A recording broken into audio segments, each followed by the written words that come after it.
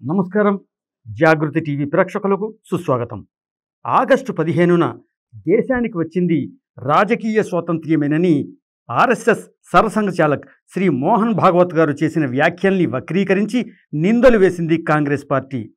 प्रतिष्ठा द्वादशी पौष शुक्ल द्वादशी का नया नामकरण हुआ. पहले हम कहते थे वैकुंठ एकादशी वैकुंठ द्वादशी, अब उसको प्रतिष्ठा द्वादशी कहना, क्योंकि अनेक शतकों से परचक्र झेलने वाले भारत के सच्चे स्वतंत्रता की प्रतिष्ठा उस दिन हो गई. स्वतंत्रता थी, प्रतिष्ठित नहीं थी, क्योंकि भारत स्वतंत्र हुआ 15 अगस्त को, तो राजनीतिक स्वतंत्रता हमको मिल गई. हमारा भाग्य निर्धारण करना हमारे हाथ में आ गया. ఆయన వ్యాఖ్యలు స్వాతంత్ర్య సమరయోధులకు అవమానకరమని, ఆర్ఎస్ఎస్ బీజేపీలు వ్యవస్థల్ని తమ గుప్పెట్లో పెట్టుకున్నాయని నానా మాటలు అన్నారు కాంగ్రెస్ నేత రాహుల్ గాంధీ. అంతటితో ఆగక ఆర్ఎస్ఎస్ బీజేపీలతో పాటు భారత రాజ్యంపై యుద్ధం చేస్తున్నామంటూ యావత్ దేశాన్ని దిగ్భ్రాంతికి గురిచేసేలా తీవ్ర వ్యాఖ్యలు చేశారు Rahul Gandhi. If you believe that we are fighting a political organization called the BJP, that we are fighting a political organization called the RSS, you have not understood what is going on. The BJP and the RSS have captured every single institution of our country. We are now fighting the BJP, the RSS and the Indian state itself. Rahul మాటల్లోని మర్మమేంటి? ఆర్ఎస్ఎస్ సరసంఘచాలక్ శ్రీ మోహన్ భాగవత్ గారి వ్యాఖ్యల్లోని నిజమైన అంతరార్థమేంటి? ఈ అంశాలపై మనతో మాట్లాడేందుకు సీనియర్ జర్నలిస్ట్, రచయిత, రాకా లోకం యూట్యూబ్ ఛానల్ నిర్వాహకులు శ్రీ రాకా సుధాకర్ గారు మనతో స్టూడియోలో ఉన్నారు. వారిని అడిగి మరిన్ని విశేషాలు తెలుసుకుందాం. నమస్కారం సుధాకర్ గారు, జాగృతి టీవీకి సుస్వాగతం అండి.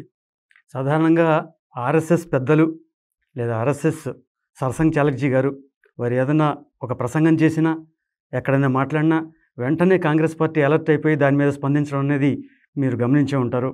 ఈ మధ్య తాజాగా మీరు చూశారంటే ఆర్ఎస్ఎస్ సరసంఘచాలక్ శ్రీ మోహన్ భాగవత్ గారు ఒక సభలో చేసిన వ్యాఖ్యలు అదేంటంటే, మన భారతదేశానికి రామ్లల్లా ప్రాణప్రతిష్ఠ జరిగిన రోజునే నిజమైన స్వాతంత్రం వచ్చిందని, ఆగస్టు 15న వచ్చింది రాజకీయ స్వాతంత్రం అని వారు వ్యాఖ్యానించారు. అయితే దాని మీద కాంగ్రెస్ నేత రాహుల్ గాంధీ స్పందిస్తూ ఆయన వ్యాఖ్యలు దేశద్రోహమని, అవమానించినట్లని, సమరయోధులను అవమానించినట్లని మాట్లాడుతూ ఆర్ఎస్ఎస్తో పాటు బీజేపీతో పాటు భారత రాజ్యంపై కూడా యుద్ధం చేస్తున్నట్లు ఒక ప్రకటన చేశారు. దీన్ని ఎలా చూడాలి ఈ వ్యాఖ్యల్ని? మౌలికంగా దీనిలో రెండు అంశాలు ఉన్నాయి. మొట్టమొదట రాహుల్ గాంధీ ఇండియన్ స్టేట్ పైన యుద్ధం చేయడం. ఇండియన్ స్టేట్ పైన యుద్ధం చేయడం అంటే భారత ప్రభుత్వపు సర్వసత్తాక సార్వభౌమత్వం పైన యుద్ధం చేయడం. ఈ దేశపు ఉనికి పైన, మనుగడ పైన, ఈ దేశపు అస్తిత్వం పైన యుద్ధం చేయడం. ఆయన పొరపాటుగా ఈ మాట అని ఉంటే ఈ పాటికి ఆయన స్పష్టీకరణ ఇచ్చి ఉండాలి. నా నోరు జారి ఏదో తప్పిదం అని చెప్పి ఆయన కనుక భావించి ఉన్నా, లేకపోతే అలా జరిగి ఉన్నా కూడా ఈ పాటికి ఆయన కనీసము ఒక స్పష్టీకరణ, ఒక క్షమాపణ, లేకపోతే ఒక దిద్దుబాటు ఏదో జరిగి ఉండాల్సింది. ఆ రకమైనది ఏది జరగలేదు కాబట్టి ఆయన భారతదేశం మీద యుద్ధం చేయాలని నిర్ణయించుకున్నారన్నది సుస్పష్టమైపోయింది. ఇది మొట్టమొదటి విషయం. భారతదేశపు మనుగడ పైన, భారతీయత పైన, భారతదేశం యొక్క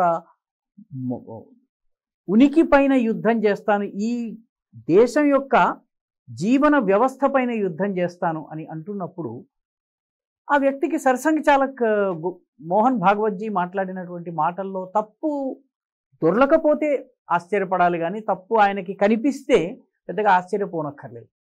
మోహన్ భాగవత్జీ అన్నటువంటి మాటలని అవుట్ ఆఫ్ కాంటెక్స్ట్, సంబంధం లేకుండా అక్కడి నుంచి కొంచెం ఇక్కడి నుంచి కొంచెం ఏదో కలగాపులగం చేసి ఆయన వ్యాఖ్య చేశారు. కానీ మోహన్ భాగవత్జీ ఏ స్ఫూర్తితో అన్నారో అది మొత్తం ప్రసంగం వింటే అర్థమవుతుంది తప్పితే ప్రసంగాన్ని ముక్కలుగా తీసుకుని ఒక చిన్న 30 సెకండ్ బిట్ని, క్లిప్ని మాత్రమే తీసుకుని దాన్ని మనము వక్రీకరించేటటువంటి ప్రయత్నం చేసినట్లయితే ఈ రోజుల్లో నడవదు. ఎందుకంటే ఈ రోజుల్లో సోషల్ మీడియా పుణ్యమా అని, లేకపోతే సమాచార విప్లవం కారణంగా కానీ మీకు ఇటువంటి ఒక అసత్య ప్రచారం జరిగినట్టయితే స్పష్టీకరణని ఇవ్వడానికి, లేకపోతే వాస్తవం చెప్పడానికి మన దగ్గర మాధ్యమాలు ఉన్నాయి, పూర్తి స్పీచ్ని ఇచ్చేటటువంటి వీలు కూడా ఉంది. కాబట్టి మోహన్ భాగవత్ మీద ఆయన వ్యాఖ్య చెయ్యకపోతే మనం ఆశ్చర్యపోవాలి. ఎందుకంటే ఆయన ఫైట్ చేస్తున్నది ఇండియన్ స్టేట్ మీద. ఇండియన్ స్టేట్ని బలోపేతం చేయాలని ప్రయత్నిస్తున్న అన్ని శక్తుల మీద ఆయన యుద్ధం చేయదలుచుకున్నారని దాని అర్థం. ఎందుకంటే ఆయన తన ప్రసంగంలో కాంగ్రెస్ పార్టీ కార్యాలయ ప్రారంభోత్సవంలో మాట్లాడుతూ ఆయన నా ఫైట్ ఆర్ఎస్ఎస్ పైన, బీజేపీ పైన, ఇండియన్ స్టేట్ పైన అన్నారు. ఆర్ఎస్ఎస్ పైన, బీజేపీ పైన ఫైట్ చేసేటటువంటి అధికారం అందరికీ ఉంటుంది. ఎందుకంటే ఇది ప్రజాస్వామ్య వ్యవస్థ. కమ్యూనిజాన్ని వ్యతిరేకించవచ్చును, ఆర్ఎస్ఎస్ని వ్యతిరేకించవచ్చును, విహెచ్పిని వ్యతిరేకించవచ్చు, కాంగ్రెస్ని వ్యతిరేకించవచ్చును. ఇండియన్ స్టేట్ పైన ఫైట్ చేయటం అనేది అది దేశద్రోహం అవుతుంది, శత్రువులు చేసే పని. ఆ మాట మాట్లాడినట్లయితే దేశపు శత్రువులు సహజంగా ఏ రీతిలో స్పందిస్తారో ఆర్ఎస్ఎస్ని, బీజేపీని తప్పు పట్టడం జరుగుతుంది. కాబట్టి దాన్ని ఆ రకంగానే చూడాల్సినటువంటి అవసరం ఉంది. గాంధీజీ కూడా మన దేశానికి వచ్చినటువంటి ఆగస్టు 15 నాటి స్వతంత్రాన్ని రాజకీయ స్వతంత్రంగానే అభివర్ణించారండి. మరి అవేవి వీళ్ళకి గుర్తుండవండి? వాస్తవానికి మనకి 15th ఆగస్టున వచ్చింది పొలిటికల్ ఫ్రీడమ్ మాత్రమే. It was the transfer of power. 15th August 1947లో జరిగింది ట్రాన్స్ఫర్ ఆఫ్ పవర్. ఆ transfer of power from Britishers to Indians. మన చేతికి మన పరిపాలన వచ్చింది, స్వరాజ్యం వచ్చింది, సురాజ్యం వచ్చింది. దాన్ని స్వరాజ్యంగా మార్చుకోవాలి అని చెప్పి గాంధీ గారితో సహా అనేక మంది పెద్దలు చెప్పినటువంటి మాట ఇది. నిజానికి ఈరోజు మోహన్ భాగవత్జీ చెప్పిన దానిలో తప్పు పట్టేటువంటి కమ్యూనిస్టు మిత్రులు చాలామంది 1947 నుంచి 1950 వరకు ఈ ఆజాదీ ఝూటీ హే, దేశ్కి జనతా భూకీ హే అన్నారు. ఇది ఈ స్వతంత్రమే ఒక బూటకం అన్నారు వాళ్ళు. ఈరోజు మోహన్ భాగవత్ మాటల్లో తప్పు పట్టేటటువంటి వాళ్ళు ఎవరైతే ఉన్నారో వాళ్ళు అసలు ఈ స్వతంత్రమే బూటకం అన్నారు. 1947లో వాళ్ళు కోరుకున్న స్వతంత్రం ఏంటంటే భారతదేశంలో ఎన్ని భాషలు ఉన్నాయి అన్ని దేశాలు కావాలని, ఇండియా ఒకటి కావాలని కాదు. ఎన్ని లాంగ్వేజెస్ ఇండియాలో ఉన్నాయో ఆ రోజుల్లో వాళ్ళు లెక్కేసో 15 24 లాంగ్వేజ్ అన్ని దేశాలు కావాలన్నారు వాళ్ళు. సో ఈ రోజున తరానికి బహుశా ఇవన్నీ తెలిసి ఉండకపోవచ్చు, కానీ దిస్ ఈజ్ హిస్టరీ. కాబట్టి ఆజాదీ ఝూటీ హే, దేశ్కి జనతా భూకీ హే అని ఆ రోజు చేశారు. 1950 వరకు కాకద్వీప్లో కావచ్చును, దాద్రాలో కావచ్చును, తెలంగాణలో కావచ్చును, పొన్నప్ర వైలార్ కేరళలో కావచ్చును, కమ్యూనిస్టులు వాస్తవానికి భారతదేశం నుంచి విడగొట్టి ఒక స్వతంత్ర దేశాన్ని ఏర్పాటు చేసే ప్రయత్నం చేశారు. కాబట్టి దీన్ని మనము వాస్తవానికి ఆ రకంగానే చూడాలి. వ్యాఖ్యలు చేసినటువంటి కమ్యూనిస్టులతోనే వీళ్ళు అధికారం కూడా పంచుకున్నారు కదండి. కమ్యూనిస్టులతో అధికారం అన్ని పార్టీలు పంచుకున్నాయి. కమ్యూనిస్టులతో అధికారం పంచుకునే సెక్యులర్ పార్టీలని తమకి తాము స్వయం భుజకీర్తులు పెట్టుకునే అన్ని పార్టీలు పెట్టుకున్నాయి. కాంగ్రెస్ పార్టీకి చెందినటువంటి చాలామంది నాయకులు ఇది పూర్తి స్వాతంత్రం కాదు. నిజానికి 15th ఆగస్టున పూర్తి స్వాతంత్రం వస్తే మనము రిపబ్లిక్గా మారడం కోసం మళ్ళీ సొంత రాజ్యాంగం రాసుకోవాల్సిన అవసరం లేదు. స్వతంత్రం వచ్చాక రాజ్యాంగం వచ్చింది, రాజ్యాంగం వచ్చాక స్వతంత్రం రాలేదు. కాబట్టి స్వతంత్రం వచ్చిన తరువాత పూర్తి స్వాతంత్రం దిశగా ప్రయాణం చేసే క్రమంలో భాగంగా మనం రిపబ్లిక్గా మారాము, రాజ్యాంగాన్ని తెచ్చుకున్నాము, రాజ్యాంగాన్ని ఆమోదించుకున్నాము, 52లో ఎన్నికలు జరుపుకున్నాం. ఆ తర్వాత నుంచి మొత్తం ప్రజాస్వామ్య ప్రక్రియ అనేది జరిగింది. కాబట్టి ఇది రాజకీయ స్వాతంత్రము అని అనడంలో పొరపాటు ఏమీ లేదు. ఈ మాట ఋషి అరవిందులు అన్నారు, కంచి శంకరాచార్యుల వారు అన్నారు, కంచి పరమాచార్యుల వారు కూడాను ఇది రాజకీయ స్వాతంత్రం మాత్రమే అన్నటువంటి మాట వారు కూడా అన్నారు. కంచి పరమాచార్యుల్ని మీరు ఏమంటారు? మోహన్జీ నిజమైన స్వతంత్రం కాదు అన్న మాట అనలేదు. వారి ప్రసంగం జాగ్రత్తగా విన్నట్లయితే 15th ఆగస్ట్ 1947లో రాజకీయ స్వాతంత్రం వచ్చింది. ఆ తరువాత సాంస్కృతికమైనటువంటి జాగరణ ఏదైతే ఉందో అది మొన్న జరిగినటువంటి 22nd జనవరిలో జరిగినటువంటి రామలలా పునఃప్రతిష్ఠ ప్రాణప్రతిష్ఠ కార్యక్రమం జరిగిందో దానితోటి మనకు ఒక ధార్మిక, సాంస్కృతిక, సామాజిక స్వాతంత్రం వచ్చింది అన్న మాటే అన్నారు. కానీ నిజమైన స్వాతంత్రము, అబద్ధమైన స్వాతంత్రపు వ్యాఖ్యలో మోహన్జీ వెళ్ళలేదు, వీళ్ళు ఆపాదిస్తున్నారు. అది జరిగిందని 15th ఆగస్టున యూనియన్ జాక్ దిగి మన జెండా ఎగిరింది. ఆ రోజు కోసం ఈ దేశంలో ఉన్నటువంటి కోట్లాది మంది ప్రజలు పోరాడారు, జైళ్ళకు వెళ్ళారు, లాఠీ దెబ్బలు తిన్నారు. కాబట్టి అది స్వతంత్రమే, రాజకీయ స్వతంత్రము. స్వతంత్రములోని ఆ తంత్రములో స్వ రావడానికి సమయం పట్టింది. తంత్రము అంటే వ్యవస్థ, ఆ వ్యవస్థలో స్వ రావడానికి ఏళ్ళు పట్టింది. ఒక్కొక్క వ్యవస్థ నెమ్మది నెమ్మదిగా వచ్చి యాడ్ అయినాయి. మన సొంత విద్యా విధానం అవసరం వచ్చింది, తర్వాత మన సొంత పరిశ్రమల విషయంలో మన సొంత విధానం అవసరం వచ్చింది, బ్రిటిషర్లు పాటించిన విధానాలు వేరు, మనవి వేరు. ఇవన్నీ కూడాను ఆ తంత్రానికి స్వాని ఆపాదించే ప్రయత్నంలో భాగంగా జవహర్లాల్ నెహ్రూజీ చేశారు, లాల్ బహదూర్ శాస్త్రి గారు చేశారు, ఇందిరాగాంధీ చేశారు, పివి నరసింహారావు, రాజీవ్ గాంధీ, వాజ్పేయిజీ, మోదీజీ, వీళ్ళందరూ చేసింది అదే, మన్మోహన్ సింగ్జీ. కాబట్టి స్వవైపు ప్రయాణం ఏదైతే ఉందో ఆ ప్రయాణాన్ని మనము మర్చిపోకూడదు.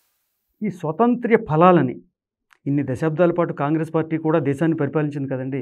ఆ ఫలాన్ని దేశ ప్రజలకు అందించడంలో కాంగ్రెస్ పార్టీ ఏ మేరకు విజయం సాధించిందని చెప్పొచ్చు అసలు? దీన్ని మనం రెండు రకాలుగా చూడొచ్చు. ఒక జాతిని స్వాతంత్రానంతర వాతావరణానికి సమాయత్తం చేసే పని కాంగ్రెస్ ఏ మేరకు చేసింది. ఎందుకంటే స్వతంత్రంతో పాటు బాధ్యతలు వస్తాయి.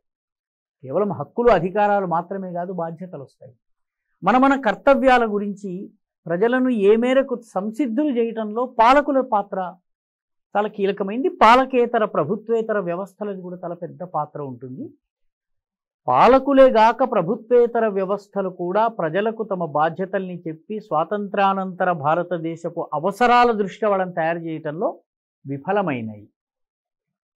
ఒక పెద్ద ప్రయత్నం జరిగింది. ఆ ప్రయత్న ఫలితంగా ఇప్పుడిప్పుడే కొద్ది కొద్దిగా మార్పు వస్తున్నది.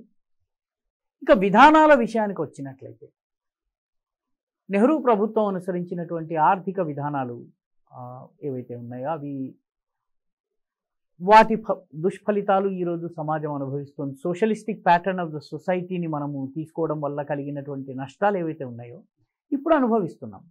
దురదృష్టవశాత్తు ఈ దేశంలో సోషలిజం వచ్చినప్పుడు చర్చ జరగలేదు. ప్రజలందరి ముందు విషయం పెట్టి మేధావులందరూ కూర్చుని మేధోమథనం చేసి దీని గురించి చర్చించి ఈ దేశంలో socialistic pattern of the society కానీ సోషలిస్ట్ ఎకానమీ కానీ రాలేదు. దురదృష్టవశాత్తు ఆవిడ కాంగ్రెస్లో ఒక రెజల్యూషన్ని పాస్ చేశారు, పెద్ద చర్చ లేదు దాని మీద. ఒక్క చౌదరి చరణ్ సింగ్ బహుశా లేచి నిలబడి దాన్ని వ్యతిరేకించారు. అప్పుడు ఆయన కాంగ్రెస్లో ఉన్నారు. మిగతా అసలు చర్చ జరగకుండా అసలు పుష్ చేసేశారు. లిబరలైజేషన్ మళ్ళీ సోషలిస్ట్ ప్యాటర్న్ నుంచి మళ్ళీ గ్లోబలైజేషన్ వైపు వెళ్తున్నప్పుడు పివి నరసింహారావు ప్రభుత్వ సమయంలో దేశంలో చర్చ లేదు.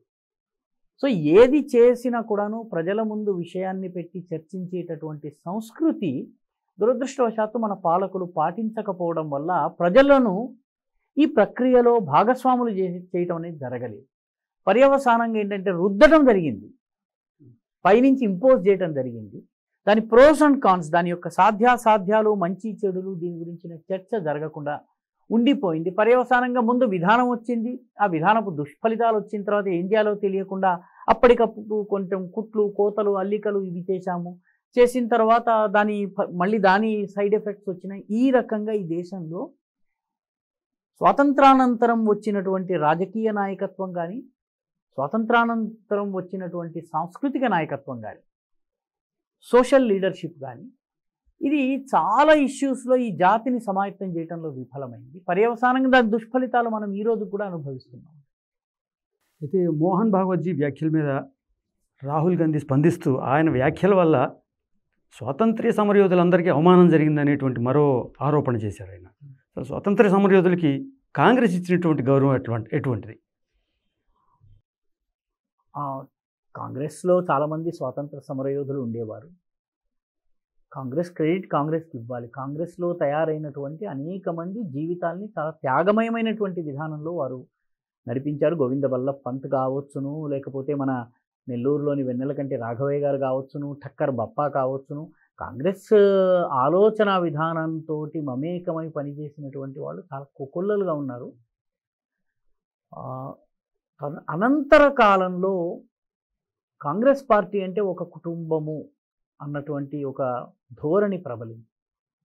ఈ దేశపు దురదృష్టం ఏంటంటే స్వాతంత్రం వచ్చే నాటికి ఈ దేశంలోని నాయకులందరూ కూడా ముసలి వాళ్ళు అయిపోయారు. దేశం యొక్క దురదృష్టం ఏంటంటే చాలా దేశాల్లో స్వాతంత్రం వచ్చేటప్పటికి స్వతంత్రాన్ని తీసుకొచ్చే నాయకుడు ఎవరైతే ఉన్నారో, leading lights off the freedom movement in those countries, they were young people, relatively younger.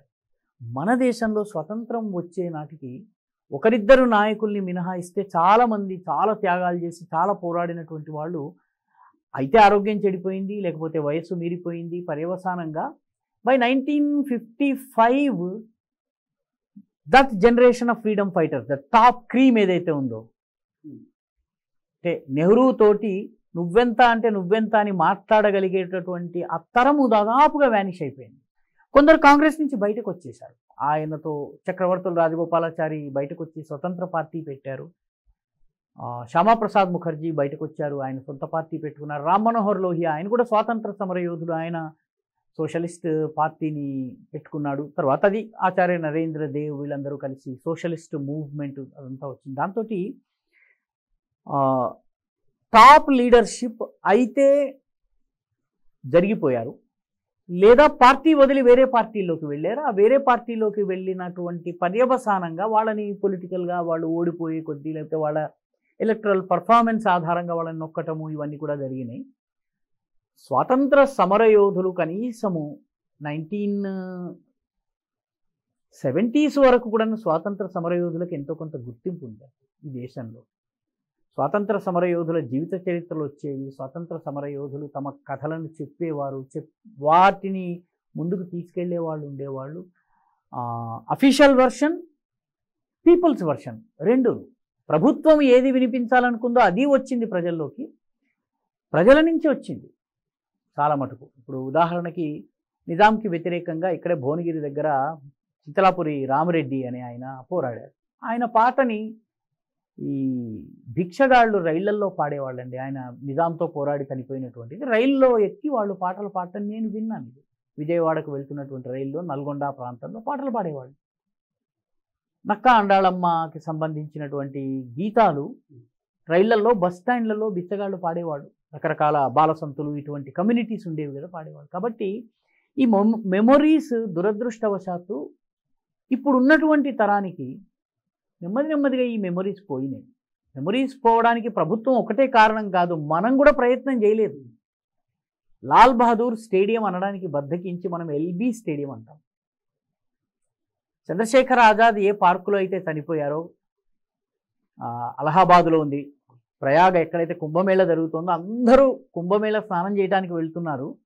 వెళ్ళిన వాళ్ళు కుంభమేళ స్నానంతో పాటు చంద్రశేఖర్ ఆజాద్ చనిపోయిన చోట ఒక క్షణం నిలబడి ఒక చుక్క కన్నీరు కార్చి గనక రాగలిగితే ఈ దేశం బాగుపడుతుంది. కానీ చంద్రశేఖర్ ఆజాద్ చనిపోయినటువంటి పార్కుకు తరువాత ప్రభుత్వము చంద్రశేఖర్ ఆజాద్ పార్క్ అని పేరు మార్చింది. మీరు ప్రయాగకి వెళ్ళి చంద్రశేఖర్ ఆజాద్ పార్క్ ఎక్కడుంది అని ఎవరినన్నా అడగండి, ప్రయాగలో చెప్పలేరు. సిఏ పార్క్ ఎక్కడుందని అడగండి, సిఏ చంద్రశేఖర్ ఆజాద్, సిఏ మనకి ఎల్బీ నగర్, ఎల్బీ స్టేడియం, అదేవిధంగా అక్కడ సిఏ రోడ్డు. కాబట్టి పార్టీలు మాత్రమే కాదు, ప్రజలు కూడా ఈ జ్ఞాపకాలని పర్పెట్యుయేట్ చేయటంలో ప్రజల పాత్రను కూడాను ప్రజలు వాటిని పోషించలేదు. తల్లిదండ్రులు తమ పిల్లలకి చెప్పలేదు, తెలిసిన వాళ్ళు తరువాతి తరానికి చెప్పలేదు. ఇప్పుడు కూడానండి ప్రభుత్వము కానీ లేకపోతే అధికారంలో ఉన్న వాళ్ళు కానీ తీసుకొచ్చేటటువంటి హిస్టరీ ఏదైతే ఉందో దానికి ప్రత్యామ్నాయమైనటువంటి హిస్టరీ ప్రజల జ్ఞాపకాల నుంచి వస్తుంది. ఈ దేశానికి స్వతంత్రం ఎప్పుడు వచ్చింది? 1947 ఆగస్టు 15. ఈ దేశంలో ఉండే ప్రతి పిల్లవాడు చెప్తాడు. గోవాకి స్వతంత్రం ఎప్పుడు వచ్చింది? 1947లో కాదు. చందానగర్కి స్వతంత్రం ఎప్పుడు వచ్చింది? 1962లో. మీకు మన పాండిచ్చేరి స్వతంత్రం ఎప్పుడు వచ్చింది? 1962లో. అదేవిధంగా హైదరాబాద్ ఎప్పుడు విముక్తమైంది? 1948లో. దాద్రా నగర్ హవేలీ ఎప్పుడు విముక్తమైనాయి? అది 1954లో. సో ఇది ఈ ఆల్టర్నేట్ హిస్టరీ అక్కడికి మాత్రమే పరిమితమై ఉన్న కారణంగా ఇది ప్రభుత్వం నుంచి మనం ఆశించలేము. మన ప్రజలము మనం ఎందుకు చెప్పుకోవడం లేదు ఈ కథని? నేను హైదరాబాద్ స్వాతంత్ర సమర యుగంలో పుట్టలేదు, కానీ స్వాతంత్ర సమరయోధుల మధ్య పెరిగాను. నేను నా కథని తరువాత తరానికి అందిస్తున్నానా, అందించటం లేదు. నేను అందించినప్పుడు ప్రభుత్వాన్నో ఒక పార్టీనో విమర్శించాల్సిన అవసరం లేదండి. అది కాంగ్రెస్ కానీ ఇంకొకటి కానీ వాళ్ళ అఫీషియల్ వర్షన్ని చెప్పడానికి ప్రయత్నం చేస్తారు. కానీ వాస్తవానికి ప్రజల నుంచి ప్రత్యామ్నాయ చరిత్ర తరం నుంచి మరొక తరానికి అందాలి. మన పాఠ్యపుస్తకాల్లో కూడా పాఠ్యపుస్తకాల్లో లేకపోయినా కూడా మనము అందించవచ్చు. ఇది మనం మర్చిపోతున్నాము.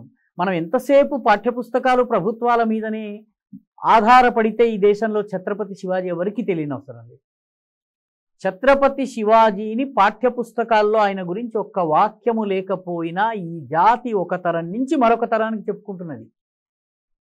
We have an alternative memory which we need to perpetuate. ఈరోజు నేను ఈ కథని నేను ఎందుకు చెప్పకూడదు? సో పాఠ్యపుస్తకాల్లో రావాలి. పాఠ్యపుస్తకాల ద్వారా కొన్ని వెర్షన్స్ వస్తాయి. ప్రభుత్వాలు వచ్చినప్పుడల్లా పాఠ్యపుస్తకాలు మారుతూ ఉంటాయి. దీని ద్వారా కాదు, ఈ కథని మనము మన తరువాతి తరాలకు ఎలా అందించగలుగుతున్నాం? ఈరోజు నాకు నా గోత్రం తెలుసు, నా ఋషులు తెలుసు. నాకు 3 తరాలు ఎవరున్నారు, నా తండ్రి ఎవరు, తాత ఎవరు, ముత్తాత ఎవరో నాకు తెలుస్తున్నది. ఇది నాకు టెక్స్ట్ బుక్కుల్లో చెప్పలేదు. I remember it. ఎందుకంటే నాకు నా పూర్వీకుల నుంచి అందింది. కాబట్టి కేవలము పాఠ్యపుస్తకాలు మారితేనే మనకి ఇదేదో జ్ఞాపకాలు ఉంటాయని కనుక అనుకుంటే ఈ దేశంలో తెలంగాణలోని ఏ గ్రామానికన్నా వెళ్ళండి, మీకు వివేకానందుడి ఫోటో ఉంటుంది, వివేకానందుడి విగ్రహం కనిపిస్తున్నది. వివేకానందుడి గురించి ఏ టెక్స్ట్ బుక్లో ఉంది? So people have a responsibility. Text బుక్ని పక్కన పెట్టండి, ఆంగ్లేయులు వాడికి నచ్చినటువంటి టెక్స్ట్ బుక్ పెట్టినా కూడా స్వతంత్ర పోరాటం చేశామా లేదా? కాబట్టి ఈ డిపెండెన్స్ ఏంటి? అదేదో టెక్స్ట్ బుక్ మారిస్తే తప్ప ఈ దేశంలో చరిత్ర నిలబడదని అనుకుంటే ఈ దేశంలో వివేకానంద అందరూ మర్చిపోవాలి. ఛత్రపతి శివాజీ ఎవ్వరికీ తెలియకూడదు. మీకు భువనగిరి కోట లోపల ఆయన సర్వాయి పాపన్న విగ్రహం ఉండకూడదు. ఏ టెక్స్ట్ బుక్లో ఉందని ఈరోజు ఊరూరు అల్లూరు సీతారామరాజు విగ్రహాలు వచ్చినాయి. కాబట్టి పబ్లిక్ మెమొరీ ఏదైతే ఉందో దాన్ని స్ట్రెంగ్థెన్ చేయవలసిన అవసరం ఉంది. Text book is a very small part అండి. మీరు చరిత్ర ఎప్పుడు దాకా చదువుతున్నారు? ఈరోజు ఒక సగటు విద్యార్థి 10వ తరగతి తర్వాత చరిత్ర చదివేవాడు తగ్గిపోయాడు. మీరు టెక్స్ట్ బుక్లు మారిస్తే కూడా మీకు ఏం లాభం వస్తుంది? For arguments sake. తర్వాత మీరు సైన్స్ టెక్నాలజీ తీసుకుంటే హిస్టరీ మొత్తం మీరు మార్చినా కూడా పిల్లలకి ఏం తెలుస్తుంది? కాబట్టి text book is not the ప్రాతిపదిక, పబ్లిక్ మెమొరీ ఈజ్ ద ప్రాతిపదిక. దాన్ని మనం కాపాడుతున్నామా లేదా? ఇది ముఖ్యమైనది. ఈరోజు ఊరూర వివేకానందుడి విగ్రహాలు, గ్రామాన సర్వాయి పాపన్న విగ్రహాలు మనకి ఎలా రాగలుగుతున్నాయి? కోటి నుంచి గౌలిగూడ చమన్ దాకా పోయేటువంటి రోడ్డు పేరు తుర్రెబాజ్ ఖాన్ రోడ్. ఎంతమందికి తెలుసు? కోటి దగ్గర ఉన్నటువంటి బస్ స్టాండ్ దగ్గర ఉన్నటువంటి 4 ఏనుగులు, ఒక స్తంభం ఉంది. అది 1857 పోరాటం హైదరాబాదులో జరిగిన తర్వాత దాని 100 సంవత్సరాల సందర్భంగా ఏర్పాటు చేసినటువంటి స్మారకం. అది కాంగ్రెస్ ప్రభుత్వం ఏర్పాటు చేసింది. అది పబ్లిక్ మెమొరీని కాపాడాలి. అటు పక్కన ఆంధ్రా బ్యాంక్, ఇప్పుడు బ్యాంక్ పేరు మారింది, యూనియన్ బ్యాంక్ అయింది. అక్కడ పండిట్ నరేంద్రజీ విగ్రహం ఉంది. ఎక్కడో ఉత్తరప్రదేశ్ నుంచి వచ్చి ఇక్కడ పనిచేసి మత మార్పిళ్లకు వ్యతిరేకంగా పోరాడినటువంటి ఒక మహావీరుడి యొక్క విగ్రహం అది. ఆ మెమొరీని ఎవరు కాపాడుతున్నారు? టెక్స్ట్ బుక్కుల్లో ఇవన్నీ రావడం సాధ్యం కాదు. మనకి ఏమైందంటే టెక్స్ట్ బుక్లు మార్చాలి. టెక్స్ట్ బుక్లు ఏమిటి? 10 తర్వాత హిస్టరీ ఎంతమంది చదువుతున్నారు? టెక్స్ట్ బుక్లు మీరు మార్చినా కూడా public memory is the most powerful. మరి ఆ పబ్లిక్ మెమరీని మనం అలా రిటైన్ చేసుకోవడానికి, నిలబెట్టుకోవడానికి తీసుకోవాల్సిన చర్యలు ఎట్లాంటివండి? మనము మన తరువాతి తరానికి ఈ కథలు చెప్పాలి. మన తరువాతి తరానికి ఈ జ్ఞాపకాలను పాసాన్ చేయాలి. ఇప్పుడు సింధు నది తీరంలో 10,000 సంవత్సరాల క్రితము చదివినటువంటి గాయత్రి మంత్రము ఈరోజు కూడా మనం చదువుతున్నాం. ఇది ఎవరు పాసాన్ చేశారు? టెక్స్ట్ బుక్కుల ద్వారా వచ్చిందా? అప్పుడు ఎప్పుడో చదివినటువంటి సహస్రనామాన్ని ఇప్పుడు చదువుతున్నాం.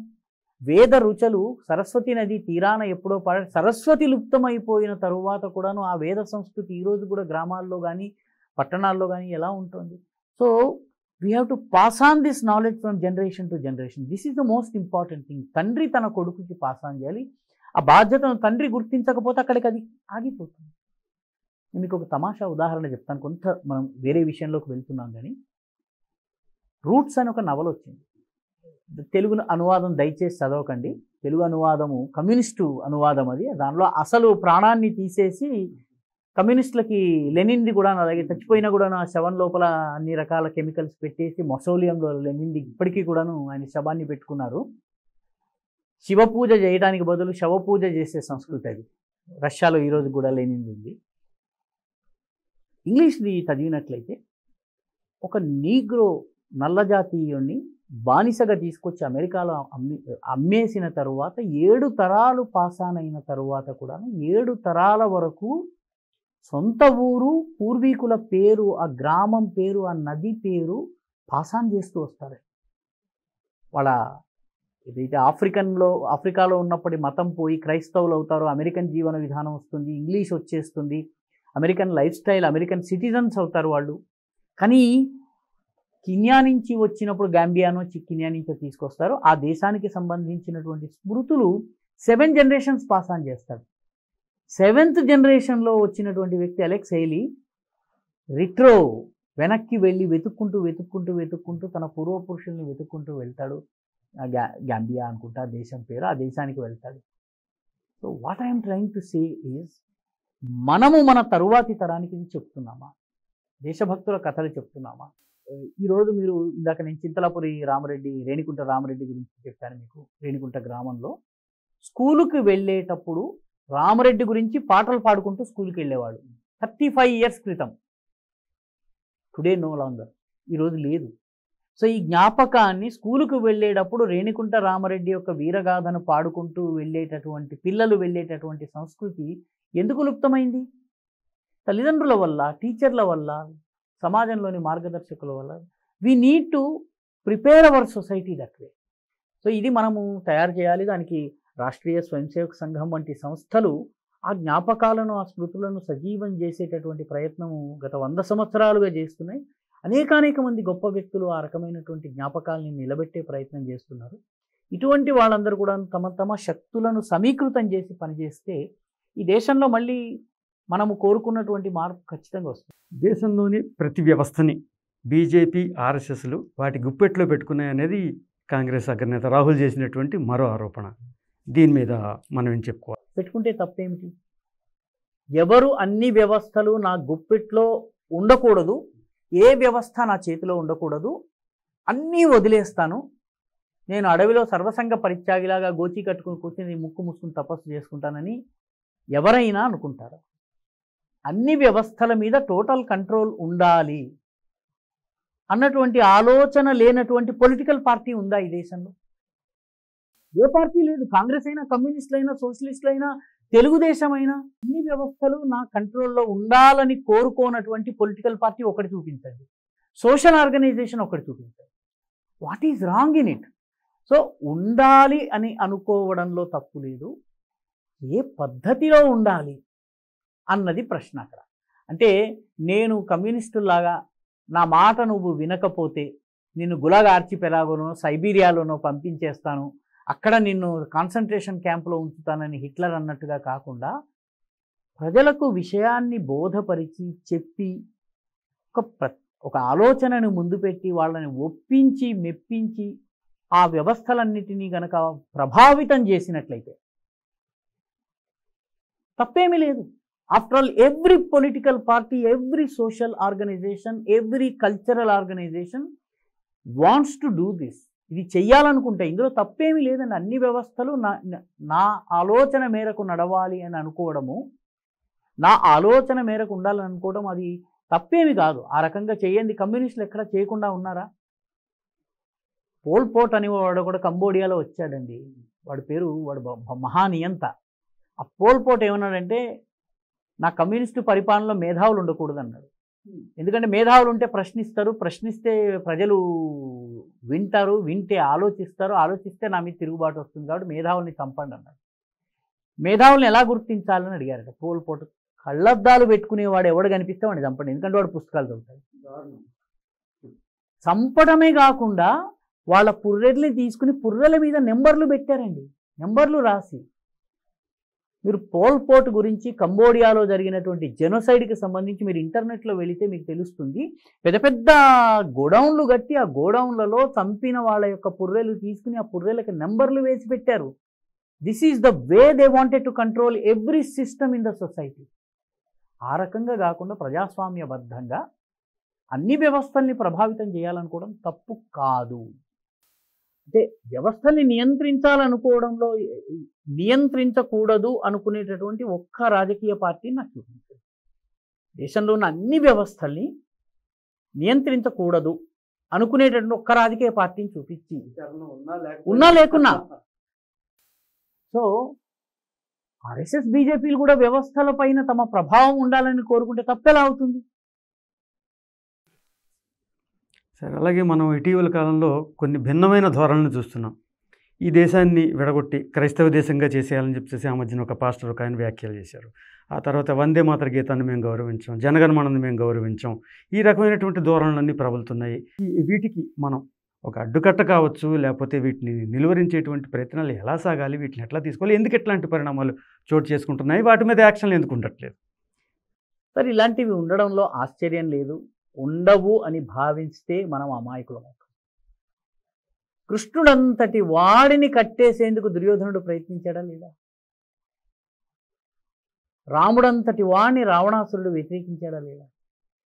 అయితే విష్ణువు ఇలా ఉన్నాడు అంటే కూడా ఏడి నాకు విష్ణువు చూపించని హిరణ్యకశిపుడు అన్నాడా లేదా? సో నిజానికి సమాజం కోసం పనిచేసే వ్యక్తి ఈ చిన్న చిన్న ఇవన్నీ కూడాను చిన్న చిన్న ఇప్పుడు నదీ ప్రవాహం నుంచి పక్కకు వచ్చేసేసి చిన్న చిన్న పాయలు ఏమవుతాయండి? ఆ పాయలు కొన్నాళ్ళకి దానికి నీటి సరఫరా ఉండక మురుగుపడతాయి. మురుగు పట్టిన తర్వాత ఎండిపోతాయి. ఎండిపోయిన తర్వాత అక్కడ అది ఎందుకు పనికిరాదా? ఒక పాయ ఉండేదని కూడా ఒక 10 ఏళ్ల తర్వాత ఆనవాళ్ళు ఉండదు. దాని మీద ఎవడో ఒక పాన్ షాప్ కట్టుకుంటారు, లేదా పాయిఖానా కూడా కట్టుకోవచ్చు. The point I'm trying to stress is, ఇటువంటి వాళ్ళ గురించి ఎక్కువగా నేను వందే మాత్రం పాడను అని అనేవాడు ఒకడు ఉన్నాడు అనుకోండి. వాడు పాడను అనేవాడు ఎండిపోబోతున్న మురుగు పాయ అది. దాని గురించి వరిగా పాడదామన్నటువంటి కోట్ల మంది ఉన్నారు కదా. ఇంకొక ఈ కోట్ల మందితో వందే మాత్రం పాడటానికి గొంతు కలపడానికి ఇంకా కొన్ని 100 కోట్ల మంది ఉన్నారు. వీళ్ళందరినీ కలుపుదాం. Why bother about people who are going to be ideologically finished? సైద్ధాంతికంగా అత్యంత పతనావస్థలో ఉన్నటువంటి వాడిని ఒక పెద్ద భూతంగా చూసి భయపడడం అనేది దురదృష్టకరం. వాడు ఎవడో నేను వందే మాత్రం పాడను, లేకపోతే నేను క్రైస్తవ స్థితి, ఈ దేశం నుంచి ఒక ముక్క తీయడం సాధ్యమా? 1947కు ముందు ఈ జాతీయవాద శక్తికి బలం లేదు కాబట్టి ఈ దేశ విభజన జరిగింది. చేసిన వాళ్ళు, విభజన కోరుకున్న వాళ్ళు, విభజన అంగీకరించిన వాళ్ళు చేశారు. ఈరోజు ఈ దేశం నుంచి ఒక అంగుళాన్ని తీసేటటువంటి సామర్థ్యం ఎవరికి లేదు. ఎందుకంటే ఈ దేశ ప్రజలు ఇప్పుడు మేల్కొన్నారు. నేను క్రైస్తవ రాజ్యం చేస్తాను, ఈ ముస్లిం ఇంకో పాకిస్తాన్ని చేస్తాను అన్నట్లయితే అనడం వరకు అంటారు. ఒకానొక సమయంలో హైదరాబాదులో గల్లీ గల్లీకి పాకిస్తాన్ తయారు చేస్తాను అన్నటువంటి పార్టీ ఈరోజు జై హింద్ అని అంటుంది. తప్పు అయినా సరే జనగణమన మొత్తానికి పాడుతోంది, జెండాను ఎగరేసేసి. తప్పు అయినా సరే అనేక తప్పులతోటి పాడుతోంది. కాబట్టి ఎవడో ఒకడు ఉచ్చల జలధితరంగా అన్నాడని, ఎవడో ఒకటి ఇదని మనం అనవసరంగా కంగారు పడిపోయి బీపీలు తెచ్చుకోవాల్సిన అవసరం లేదు. They are a minority and they are going to be finished politically, ideologically.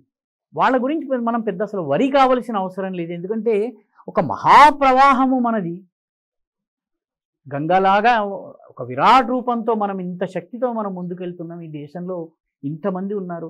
ఒకళ్ళో ఇద్దరో ఈ మాట అన్నట్లయితే they are not going to achieve anything. చాలామంది ఈ రకంగా చాలా గొప్ప హేతువాదులు, దేవుడు లేడు అన్నవారు ఫలానా ఫలానా రావిపూడి వెంకటాద్రి గారు స్వర్గస్థులయ్యారని చెప్పుటకు చింతిస్తున్నాము అని చెప్పి ప్రకటన జారీ చేశారు. స్వర్గస్థులు, స్వర్గం ఎక్కడుంది? స్వర్గం లేడు, దేవుడు లేడు అని జీవితం అంతా అన్నటువంటి వ్యక్తి యొక్క ప్రధాన అనుచరుడు ఒక ప్రకటన జారీ చేసి రావిపూడి వెంకటాద్రి గారు స్వర్గస్థులయ్యారని చెప్పారు. కాబట్టి ఈ దేశంలో ఎన్ని మాటలు మాట్లాడినా ఇక్కడికి రావాల్సిందే. ఇదే విజయం సాధిస్తుంది. మిగతావన్నీ పిల్ల కాలువలు, లేకపోతే ఎండిపోతున్న పాయలు, చనిపోతున్నటువంటి నదులు, అంతరిస్తున్నటువంటి వాటి గురించి మనం వరి కానవసరం లేదు. దురదృష్టం ఏంటంటే విజయం దగ్గర నిలబడి కూడా మనకి సందేహం వస్తుంది. అర్జునుడికి యుద్ధం ముందే సందేహం వచ్చింది. యుద్ధం ముందు సందేహం వచ్చింది. కృష్ణుడు బోధించాడు, యుద్ధం చేశాడు. ఆ తరువాత యుద్ధం చేస్తున్నప్పుడు అర్జునుడికి దురదృష్టవశాత్తు ఈరోజు జాతీయవాద శక్తులకి యుద్ధంలో గెలుస్తున్న సమయంలో కూడా సందేహాలు వస్తున్నాయి. ఇది చాలా విషాదకరమైనటువంటి విషయము. ఈ రకంగా భాషలు మాట్లాడేటటువంటి వాళ్ళు they are in a minority and they will be eliminated from this society politically, physical కాదు. హత్యలు చేసి చంపడము దీన్ని నేను సమర్థించను. They will be politically marginalised. They will politically finished. కాబట్టి దీని గురించి మనం వరీ కావక్కర్లేదు. పాజిటివ్గా సామాజిక శక్తి ఏదైతే ఉందో దాన్ని తీసుకుని మనం ముందుకెళ్దాం. ఈరోజు జై శ్రీరామ్ అన్నటువంటి నినాదము ఇవ్వాలి అని మీరు చెప్పక్కర్లేదు. వినాయక చవితికి కాషాయ టోపీ పెట్టుకుని కాషాయ రిబ్బను మెడలో వేసుకుని కాషాయ జుబ్బా వేసుకోవాలని మీరు సొసైటీకి చిన్న పిల్లవాడికి కూడా చెప్పనవసరం లేదు. ఈరోజు భారత్ కా బచ్చా బచ్చా జై శ్రీరామ్ బోలేగా అని చెప్పి క్రికెట్ ఆడుతున్నటువంటి ఒక బుడ్డోడు వాడు ఒక 6 కొట్టిన తర్వాత భారత్ కా బచ్చా బచ్చా జై శ్రీరామ్ బోలేగా అని అంటున్నాడు. ఎవరు నేర్పించనవసరం లేదు ఈ రోజున. ఒకప్పుడు ఇవి నేర్పడానికి కష్టపడాల్సి వచ్చేది. We are winning. ఇవి దిగర మైనారిటీ. ఓడిపోబోతున్న వాళ్ళు ఎంత హడావిడి చేస్తే ఏం లాభం? They are going to be defeated and nationalism is going to win. ఇది మనము ఈ విషయంలో ఎటువంటి సందేహం ఉండకూడదు. ఆర్ఎస్ఎస్కి సంబంధించి ప్రత్యర్థి వర్గాలు చేసేటువంటి మరో ప్రధానమైనటువంటి దుష్ప్రచారం అని చెప్పచ్చు. ఏమంటారంటే స్వాతంత్రోద్యమంలో ఆర్ఎస్ఎస్ పాత్రే లేదా అనేటువంటి ఒక మాట పదే వాడుతూ ఉంటారు. దీనికి సంబంధించి కూడా మీ ద్వారా తెలుసుకోవాలనుకుంటున్నాను. వాస్తవానికి నేను 6వ తరగతిలో ఆర్ఎస్ఎస్కి వెళ్ళేటప్పుడు 6వ తరగతిలో ఆర్ఎస్ఎస్కి వెళ్ళేటప్పుడు చిన్న పిల్లవాడిని, సరిగ్గా లాగులు కూడా సరిగ్గా తోడుకోవడం తెలియదు, నడుచుకుంటూ వెళ్తుంటే లైబ్రరీ దగ్గర 4-5 ఖద్దరు చొక్కాలు వేసుకున్నటువంటి వాళ్ళు కూర్చుని కమ్యూనిస్ట్ పార్టీ నాయకులట వాళ్ళు, అది కూడా గాంధీని చంపినవాడు వెళ్తున్నాడు, అది కూడా గాంధీని చంపినవాడు వెళ్తున్నాడు అని అనేవాడు. నాకు అర్థమయ్యేది కాదు. నేను 6వ తరగతి పిల్లవాడిని. మహాత్మా గాంధీ 1948లో చనిపోయారు, నేను 1960లో పుట్టాను. నేను గాంధీని చంపడం ఏంటి నాకు ఎప్పుడూ అర్థం కాలేదు. రాష్ట్రీయ స్వయం సేవక సంఘము మీద స్వాతంత్రోద్యమంలో పాల్గొనలేదు అని చెప్పేటటువంటి వాళ్ళకు కూడాను ఈ కోవకి చెందినటువంటి వాళ్ళే. అంటే వాస్తవానికి స్వాతంత్రోద్యమంలో ఆర్ఎస్ఎస్ రోల్ ఏమిటి అన్నది అధ్యయనం చేయనటువంటి వాళ్ళు ఎవరైతే ఉన్నారో వాళ్ళు ఈ మాటలు మాట్లాడతారు. దాద్రా నగర్ హవేలీని ఎవరు విముక్తం చేశారు? దాద్రా నగర్ హవేలీని ఎవరు విముక్తం చేశారు? గోవా విముక్తి కోసము కృష్ణా జిల్లా నుంచి సూరి సీతారాం అనే యువకుడు, నెల్లూరు నుంచి ఇంకొక యువకుడు, ఆయన పేరేదో కామాక్ష ఏదో పేరు సడన్గా గుర్తు రావడం లేదు, ఆర్ఎస్ఎస్ కార్యకర్తలు వెళ్ళి అక్కడ దాన్ని గోవాని విముక్తం చేయడం కోసం వెళ్ళారు. గోవా విముక్తి, దాద్రా నగర్ హవేలీ విముక్తి స్వాతంత్ర పోరాటం అవునా కాదా? ఖచ్చితంగా. హైదరాబాదు విముక్తి కోసము హిందూ స్వయం సేవక సంఘం పేరిట వందే మాతరం రామచంద్రరావు గారి తమ్ముడు వందే మాతరం వారి వావిలాల వీరభద్రయ్య గారు హిందూ స్వయం సేవక సంఘం ఇక్కడ నడిపించేవారు. ఈ హిందూ స్వయం సేవక సంఘం హైదరాబాదు విమోచన కోసం పోరాడింది. ఇది స్వతంత్ర పోరాటం అవునా కాదా? రజాకారులు దాడి చేయడానికి వస్తే కోరుట్ల దగ్గర కస్తూరి రంగప్ప గారు అనేటటువంటి ఆర్ఎస్ఎస్ కార్యకర్త ఊరిని కాపాడడానికి ఊరి మొదట్లో కాగడాలు వెలిగించేసేసి ఒక 5-6 యువకులతో డప్పులు కొట్టిస్తే రజాకారులు 100 మంది ఉన్నారేమోనని భయపడి వెనక్కి పారిపోయారు. అది స్వాతంత్ర పోరాటం అవుతుందా కాదా?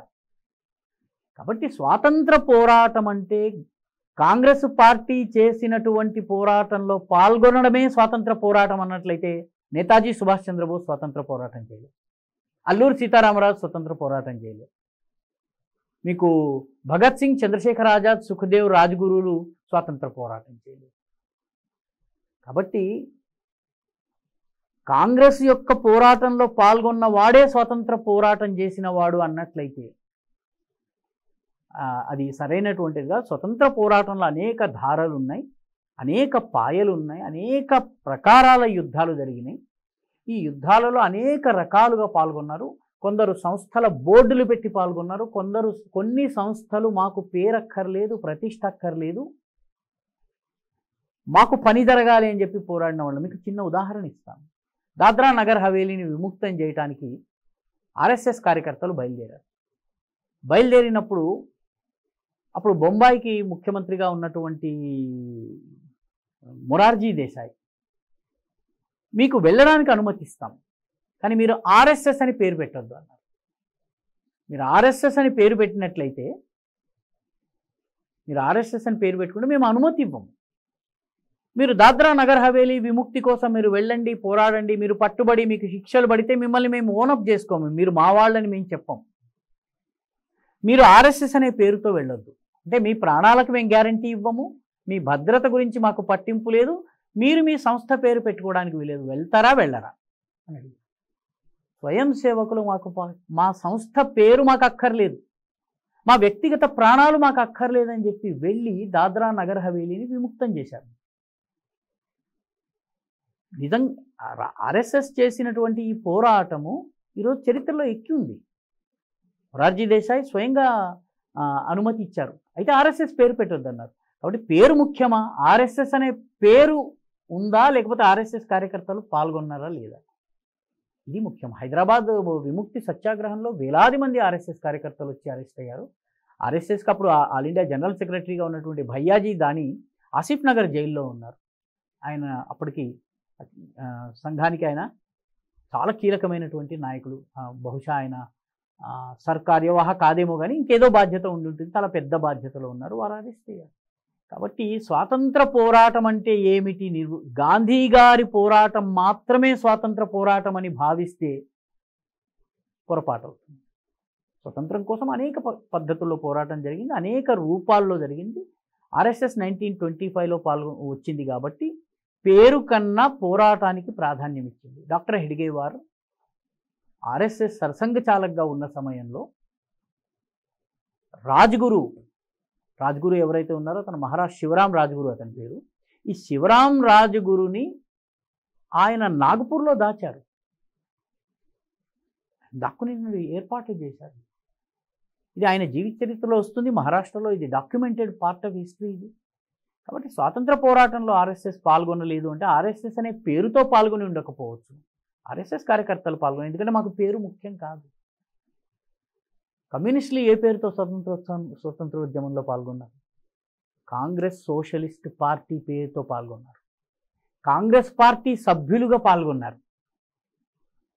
కమ్యూనిస్టు పార్టీ పేరిట వాళ్ళు కొద్ది రోజులు బ్రిటిషర్లకి వ్యతిరేకంగా పోరాడారు. కాన్పూర్ మీరట్ కుట్ర కేసు ఇట్లాంటి 1-2 కేసుల్లో పాల్గొన్నారు. పాల్గొన్న తర్వాత వాళ్ళు ఏం చేశారు? రెండో ప్రపంచ యుద్ధంలో స్టాలిను బ్రిటిషు కలిసేటప్పటికీ స్వాతంత్రోద్యమానికి వెన్నుపోటు పొడిచారు. నేతాజీ సుభాష్ చంద్రబోస్ని తీసుకెళ్ళినటువంటి వ్యక్తి కమ్యూనిస్టు. రష్యాకి తీసుకెళ్ళాడు, జర్మనీకి తీసుకెళ్ళాడు. జర్మనీలో ఉన్నటువంటి వాడెవడు? Hitler Nazi. తీసుకెళ్ళినటువంటి కమ్యూనిస్ట్ ఎవడైతే ఉన్నాడో వాడు దేశభక్తుడు. సుభాష్ చంద్రబోస్ మాత్రం హిట్లర్ బూట్లు నాకే కుక్క. ఇది కమ్యూనిస్టుల భాష, ఇది నా భాష కాదు, కమ్యూనిస్టులు అన్న భాష ఇది. కాబట్టి స్వాతంత్రోద్యమం ఏమిటి, స్వాతంత్రోద్యమంలో భాగస్వామ్యం పంచుకోవడం అంటే ఏమిటన్నటువంటి విషయం మీద చర్చ జరగవలసినటువంటి అవసరం ఉంది. ఏదో కాంగ్రెస్ పార్టీ ముద్ర మాత్రమే పడ్డట్టయితే, అది మాత్రమే స్వాతంత్ర పోరాటం అన్నట్లయితే అది సరైనది కాదు. ఈ దేశానికి స్వతంత్రం రావడానికి అనేక కారణాలు ఉన్నాయి. కాంగ్రెస్ ఒక్కటే స్వతంత్రం తీసుకొచ్చింది అన్నది వాస్తవం కూడా కాదు. సో ధన్యవాదాలు జీ. ఆర్ఎస్ఎస్తో పాటు సమకాలీన పరిణామాలు, చారిత్రక అంశాలని సునిశ్చితంగా విశ్లేషించి ఎన్నో అంశాలు తెలియజేశారు. మరో సందర్భంలో మళ్ళీ కలుసుకుందామండి. ధన్యవాదాలు.